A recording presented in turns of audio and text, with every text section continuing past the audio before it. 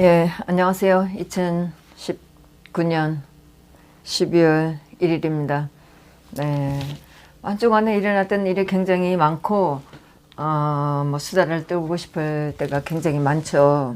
네, 유튜브를 보면서도, 저희 생각도 있고, 그런데, 사실 뭐, 거기에 대해서 제가 일일이 다 하다 보면 저도 말이 많아지고 또 문제가 있을 수도 있다는 생각이 들면서, 가능하면 안 하려고 노력은 하고 있어요. 근데 오늘은 뭐 제가 그렇게 뭐 남을 비판한 그런 거는 아니고, 지난번 유튜브를 보면서 또 제가 유튜브를 잠깐 찍으면서 못했던 말씀을 좀 드리고 싶다는 생각이 들었어요. 지난번 28일 날 재판은 대통령 특별활동비 재판은 어처구니 없는 거였지만, 제가 제일 분노했을 때는 2018년 2월 28일이었나? 그 최세원 씨 선고 때, 1심 선고 때 제가 제일 많이 분노를 했고, 그때가 제일 많이 슬펐던 것 같았어요. 최세원 씨 1심 선고가 바로 그것이 대통령 선고가 되기 때문에, 그때 제가 제일 많이 미친 듯이 소리를 질렀고, 그때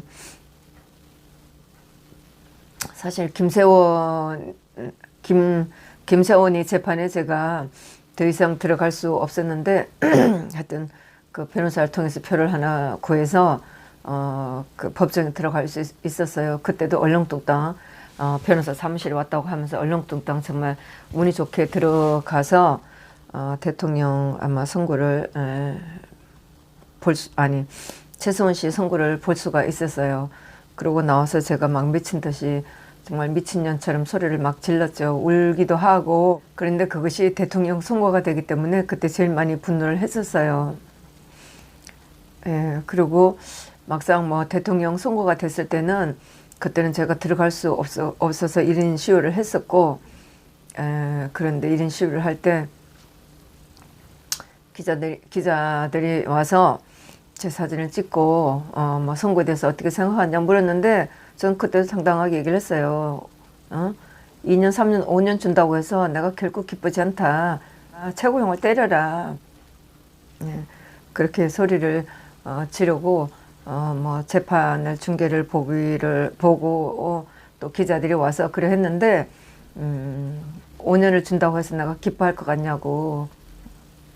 그렇게 막 소리를 치고 했습니다. 그 후에 뭐 이루어진 특별활동비나 공천 개입에 대해서 제가 재판을 다 들어가 봤어요. 그거를 김무성이가 고소를 했다면 제가 이해를 하겠어요. 그런데 김무성 외에는 어느 누구도 그 선거에 대해서, 대통령 선거 개입한 것에 대해서 이렇쿵저렇쿵 말할 자격이 없는 거예요. 전혀 말이 안 되는 거였었고, 김무성이가 어떤 짓을 했는지 뻔히 알기 때문에 김무성이가 대통령 한 거에 대해서 못마땅해서 고소를 했다면 저는 이해를 하겠어요. 그런데 대통령이 여론조사를 했다, 국정에서 5억을 가지고 와서 여론조사를 했다, 친박을 심으려고 했다, 저는 믿지 않아요. 제가 그때 2016년 선거를 제가 너무너무 잘 기억해요. 그때 아는 분이 또 비례대표로 나가고 싶어 했기 때문에 제가 그때 상황을 너무너무 잘 기억하고 있어요. 국정원 특갈비 말할 것도 없고, 그 재판도 제가 다 들어가 봤어요. 국정원장들 재판 다 들어가 봤어요. 말도 안 되는 거였었고, 그들이 주장하는 대통령이 돈을 가지고 와서 사저 관리를 했다, 옷을 입었다, 기출을 했다, 한 개도 수긍할 수 없어요. 최순 씨가 대통령 옷값을 낸다고 해서 경제 공동체라고 해서 그렇게 씹어댔고, 최순 씨가 신사동 의상실에 들락거린다고 해갖고 이영선 씨가 핸드폰 닦아서 주는 걸 보여주면서 히다 낄낄깔깔댔던 언론들이 한 개도 수긍할 수 없어요. 박연송 지난번에 대통령 뭐 뇌물건도 마찬가지고, 국정원 특갈비도 마찬가지고, 파기환송 됐다고 해서 많은 언론들이, 많은 분들이 죄를 더 주려고 한다고 하는데 저는 그렇게 생각진 않아요. 차마 대법원 판사들이, 대법관들이 자기네 스스로 피를 묻히기 싫어서, 자기네가 형을 확정짓기 싫어서 내려보냈다고 생각하지, 설사 거기에 대해서 몇 년을 더 준 더 준다 한들 그게 무슨 의미가 있겠어요. 저는 그래서 대법관들이 최소한의 양심을 가지고 자기네가 판결하기 싫어서 내려보냈다고 생각을 해요. 물론 시간 끌겠죠. 시간 끌면서 어쩔 수 없이 자기네가 결론적으로는 대법관들이 판단하겠지만 어쨌든 처음으로 자기네가 판단하기 싫었기 때문에 내려보냈다고 생각을 해요. 결국 그것은 자기네가 박 대통령 탄핵에 대해서 이 재판에 대해서 자기네가 판결할 수 없다는 거라고 저는 생각해요. 두고 봐서 설사 그게 더 늘어진다 한들 아무런 의미가 없어요. 설사 저는 도리어 차라리 100년을 때려라 이게 더 낫지 몇십 년 아무 의미가 없어요. 지난번 28일 날 저희들 집회가 계속 있으면서 국회로 가서 했지만 저는 그때 그 국정원 사이버 댓글 아니죠 국방부 사이버 댓글 관련으로 김관진 장관, 임관빈 실장, 김태호 씨 세 분의 재판에 들어가 봤는데 거기에 나오는 검사가 천재인이에요. 이재주 사령관을 죽게 한 천재인하고 또 최각진이라는 검사인데 이날 아주 이것들이 난리가 났어요. 그날 증인이 나왔는데 국방부 법무관리 담당한 분이었었어요. 그랬는데 이분이 말한 게 아마 그 전에 나왔던 거였나 조사받을 때하고 말이 좀 달랐었나 봐요. 그러니까 천재인하고 최각진이가 아주 난리가 났어요. 소리를 질러가면서 평소에 봤던 제가 수긍할 수 없는 그런 장면이었는데 얼마나 소리 질러대고 증인을 몰아세웠는지 판사가 몇 번이나 제재를 했어요. 그러면서 그날은 판사마저도 그러더라고요. 증인으로서 나오셨는데 존중하면서 신문하라. 이렇게까지 얘기했어요. 그 사실 이렇게 할 경우에는 그 검사들이 이렇게 증인을 몰아세울 때는 그 변호사가 좀 제재를 해줘야 되거든요. 그랬는데 변호사들이 아무도 그렇게 하질 않는 게 저는 답답했었어요. 그날은 28일 날 그 뭐 3시 재판에는 그 김 장관님 하고 임관빈 실장, 김태호 다 아시는 분들이 남자분들이었고 여자는 저 혼자였었어요. 기자들은 하나도 안 왔었어요. 사실 뭐 이 재판 진짜 시시한 재판이거든요. 재판할 거리도 안 되는 한심한 재판이에요. 그런 거였는데 저는 뒤에서 혼자 중얼중얼 때 미쳤다 계속 이렇게 했는데 뭐 그 소리가 그렇게 들리진 않았고 저 조금 소리 크면 저도 조금 긴장은 했죠. 그런데 하여튼 너무너무 심하게 했어요. 그래갖고 제가 나오면서 진짜 천재한테 한번 소리 꽉 지르고 싶더라고요. 얼마나 소리 질러대고 막 소리 질렀는지 엄청 증인을 몰아세웠었어요. 제가 막 발광한다고 메모를 해놨는데 하여튼 난리가 아니었었어요. 말을 달리 하니까 이 모양으로 했는데 나와서 나중에 이제 하고 나와서 휴정 시간이 있었는데 휴정 시간이 되니까 뭐 나오신 분들이 얘기들은 많이들 하셨죠. 적응이 없었는데 진짜 제가 조금만 더 용기가 있었다면 천재한테 좀 한마디 했었을 거예요. 증인이 죄인이냐고요. 하여튼 그랬고 그 다음에 또 여자 그 비서했다는 여자분이 증인으로 나왔는데 저는 그것까지는 보진 않고 뭐 변희재 그 미디어 워치가 하는 류슈렌 그 대만 전 부총통이 강연하는 데를 갔었어요. 근데 강연 내용은 굉장히 좋았었고 제가 뭐 따로 그냥 그날 중계만 하고 그렇게 해놨는데 좀 긴 내용이지만 아마 또 시간이 되시는 분은 아마 보셔도 괜찮을 것 같았어요.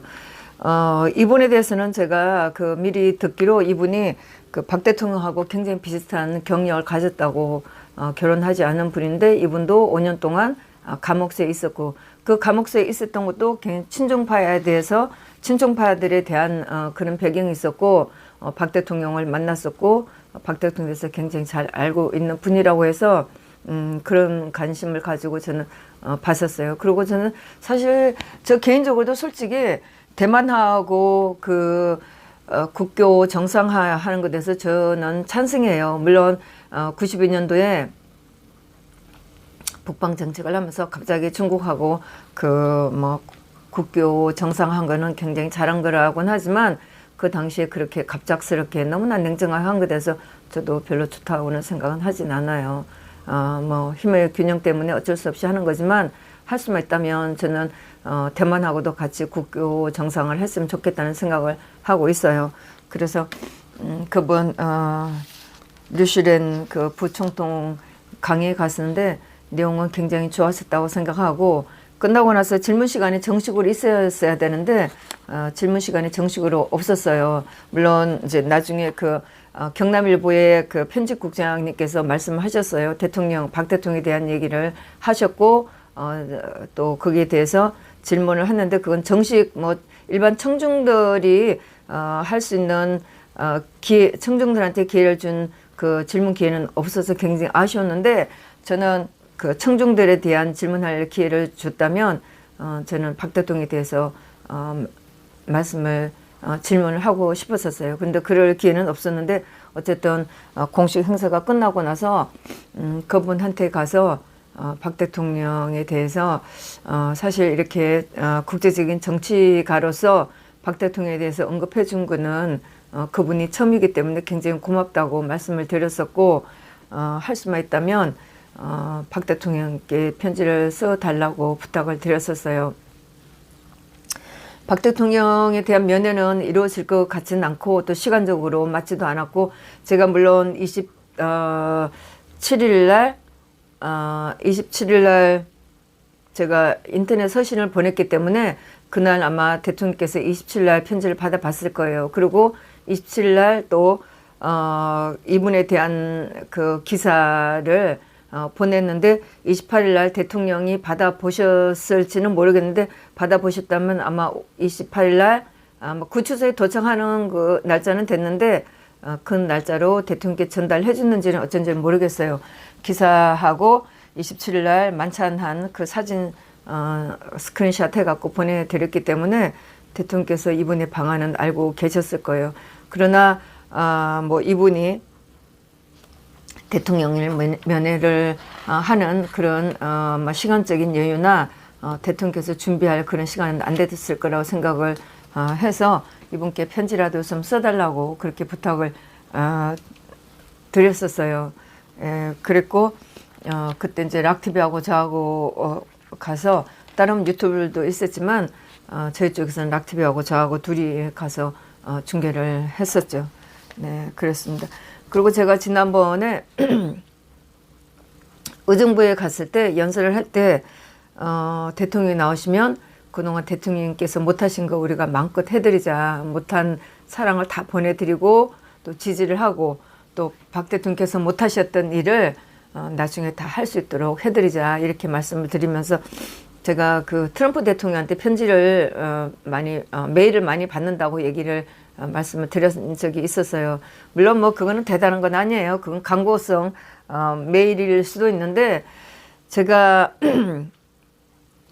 2016년도 그 미국에서 대선이 있을 때 그 뭐 트럼프 그 선거 캠페인 쪽에 들어가고 등록을 많이 했었어요. 그래서 그쪽 그 트럼프 대통령 사단에서 저한테 광고 메일이긴 하지만 굉장히 많이 와요. 트럼프 대통령 이름으로, 또 거기 보좌관들 이름으로, 아들 둘, 딸 이름으로 굉장히 많이 와요. 근데 뭐 그것은 도네이트 하라는 거예요. 그래서 제가 몇 번을 했고, 작년에 그 킹그리치 그 의원이 또 광고를 한 개 써갖고 책을 또 산 적이 있었어요. 그랬더니 트럼프 대통령이 서명한 책이 왔었고, 그 다음에 또 그러면서 제가 또 그렇게 뭐 많지는 않은 금액인데 작은 금액을 후원을 하고, 그러니까 저한테 그러네요. 그때 킹그린치 책을 사고 나서 그러네. 아마 다른 건이었나 보네요. 다른 건으로 제가 또 등록을 하고 후원을 조금 하고 이러니까 저한테 편지를 보냈는데, 한국으로는 올 수 없어서 미국에 있는 아는 분 주소로 했어요. 이분이 얼마 전에 또 오셨다가 저희 집회도 오시고 하셨는데, 그때 제가 연설을 하기로 그 조치철 목사님하고 얘기가 다 됐었는데 제가 이분 온 거를 깜빡 잊고 지나갔었어요. 그래서 이분도 또 일정이 굉장히 바빴었고 그래서 저희 집회에 정식으로 서지는 못했는데 2017년 3월 10일 날 우리가 막 그때 대통령 탄핵되고 나서 막 미쳐갖고 이렇게 있을 때 오후에 이분이 무대에 올라가서 잠깐 연설을 한 적이 있었어요. 그리고 올해 초였나? 이때 그 서청대를 방문하셨고, 그런 분이에요. 한국에서 굉장히 큰 일을 하셨던 분이고, 미국에서 유타주에서도 좀 뭐 정치적인 일을 하시려고 하는 분이에요. 그래서 이분 주소로 보내서, 트럼프 대통령의 그 편지나 그 킹그리치 의원이 쓴 책 이런 걸 받은 적이 있어요.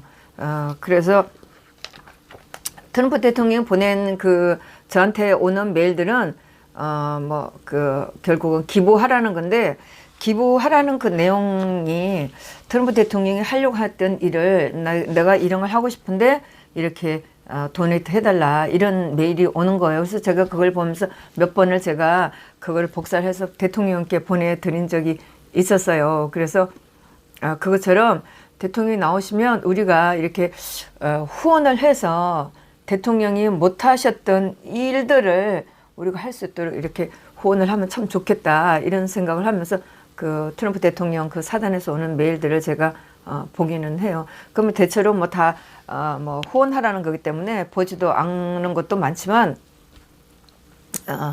많이 보기도 하는데, 트럼프 대통령의 이름으로 물건 파는 것도 있어요. 물건이 굉장히 다양하게 나와요. 그래서 그런 이름 그 다양한 물건들을 팔기도 하고 모임도 하고, 트럼프 대통령이 굉장히 부자니까 그 도네이트 한 사람들을 골라서 트럼프 대통령하고 직접 식사할 수 있는 그런 그 선택을 할 수 있는 그런 기회도 주고, 또 그 트럼프 대통령의 개인 별장 거기에도 초대를 하는 그런 기회도 주는 그런 것도 있어요. 굉장히 다양한 그런 일을 많이 해요. 그래서 저도 제가 연설을 할 때 대통령께서 국내적으로 또는 국제적으로 이렇게 다양한 일을 할 수 있도록 우리가 후원단체를 만들어서 하면 좋겠다. 그런 어떤 국제적인 세미나도 열고 이렇게 해서 대통령께서 못하셨던 일을 언젠가 나중에 그렇게 하실 수 있도록 우리가 도와주면 좋겠다.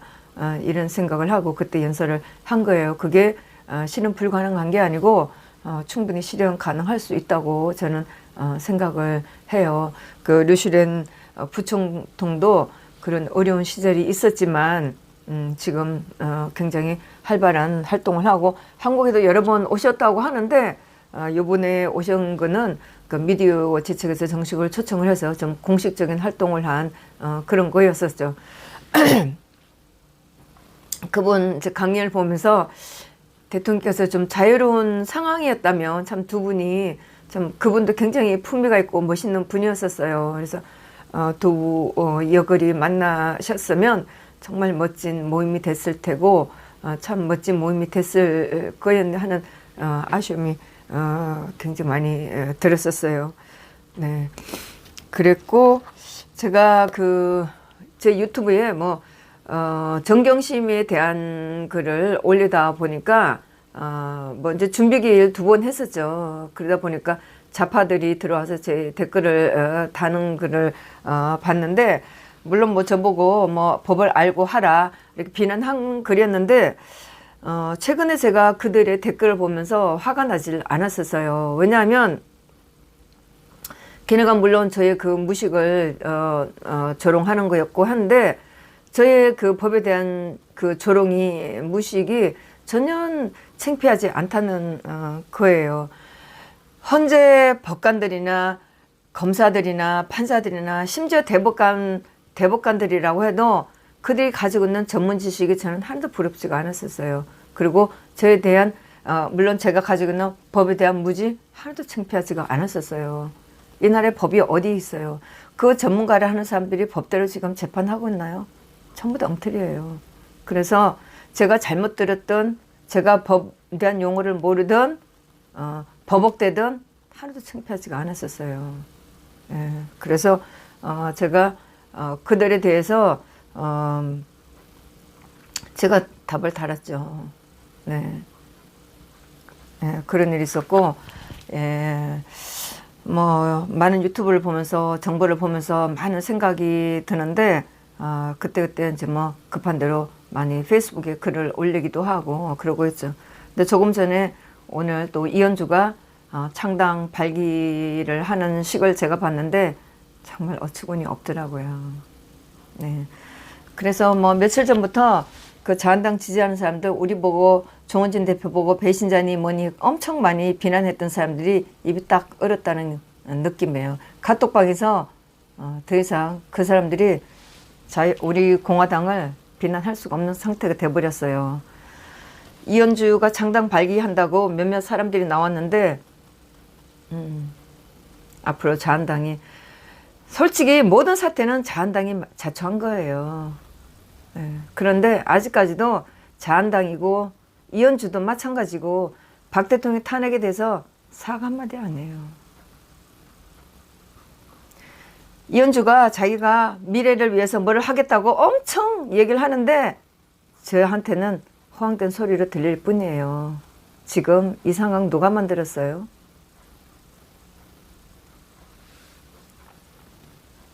다행스럽게도 우리 공화당이 2017년도에 당을 만들어 놓은 것이 얼마나 다행스러운지 모르겠어요. 정말 온놈이 온말을 다 하고 온갖 것들이 다 정치를 하겠다고 나오는데 정말 이게 개판이 돼버렸어요. 갈수록 개판이 돼버렸어요. 우리가 대통령께 한 말씀 해달라고 기다리고 있지만 정말 이런 세상에 대통령께서 어떻게 무슨 말을 하겠어요.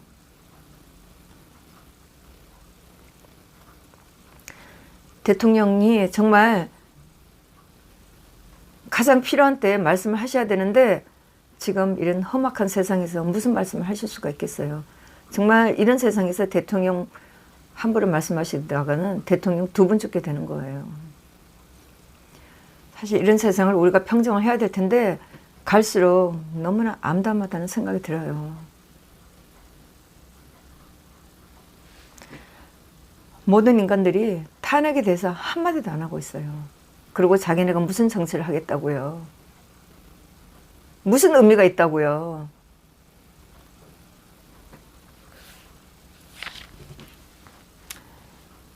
다행스럽게 우리가 탄핵에 대해서 정말 잘못됐다고 생각하는 우리 공화당에 있어서 저는 너무 안심해요. 설사 세상이 너무나 혼탁하다고 해도 박 대통령하고 우리하고만 우리가 박 대통령하고 끝까지 할 수 있는 유일한 정당이라는 생각이 들어요. 그리고 유일한 사람들이라는 생각이 들어요. 우리만이라도 박 대통령이 외롭지 않게 지켜줄 수 있는 유일한 사람들이라는 생각이 듭니다. 네. 사실 오늘 또 그 창당을 보면서 우리가 이런 상황에서 우리가 탄핵이 잘못됐다고 얘기할 수 있는 사람이라면 우리도 뭉쳐야 된다는 생각을 해요. 예, 우리가 뭐 과거에 조금 우리들끼리 안 좋은 일이 있었다 하더라도 정말 이런 어중이 떠중이 처음 다 창당하겠다고 하는 인간들을 보면서 탄핵이 잘못됐다고 하는 사람들 하고는 우리가 기회를 주고 우리가 같이 해야 된다는 생각이 들어요. 물론 뭐 서로가 감정들이 있고 물론 뭐 저 자신도 마음이 많이 바뀌고 저도 미워하는 사람이 있고 못 받아들이는 사람들이 많아요. 그렇긴 하지만 뭐 결과는 아니죠. 그 판단은 조은진 대표가 하실 거라고 믿고 조은진 대표님이 받아들이는 사람들이라면 우리가 받아들여야 된다고 생각을 해요. 저는 뭐 물론 뭐 결과는 저는 우리가 시간이 걸리겠지만 우리가 희망적인 미래를 바라볼 수 있다고 저는 생각을 하는 사람이에요. 우리가 바라는 희망이 또 쉽게 올 수도 없어요. 정말 그런 말 있잖아요. 인내는 쓰다. 그렇지만 그 쓴 인내를 참고 지나갈 경우에 우리가 그 성공은 결과는 정말 우리가 바랐던 그런 결과가 오리라고 생각하기 때문에 우리가 지금 어려운 시기에는 참고 지나가야 된다고 생각합니다. 네. 동지님들도 힘내시고 저도 또 동지님들 보고 힘내고 그럴 거니까 서로 같이 힘내도록 합시다. 네. 감사합니다.